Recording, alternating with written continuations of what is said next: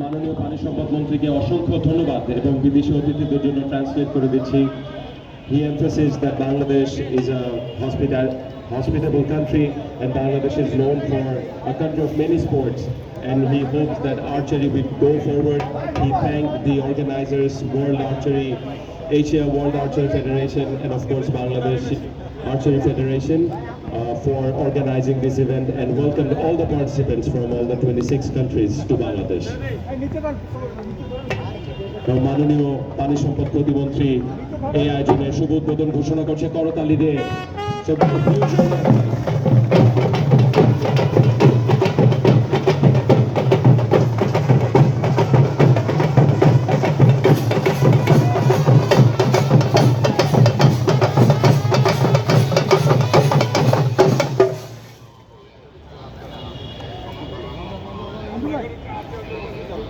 Now, sir, can you please get introduced with the participants? Now the Honorable State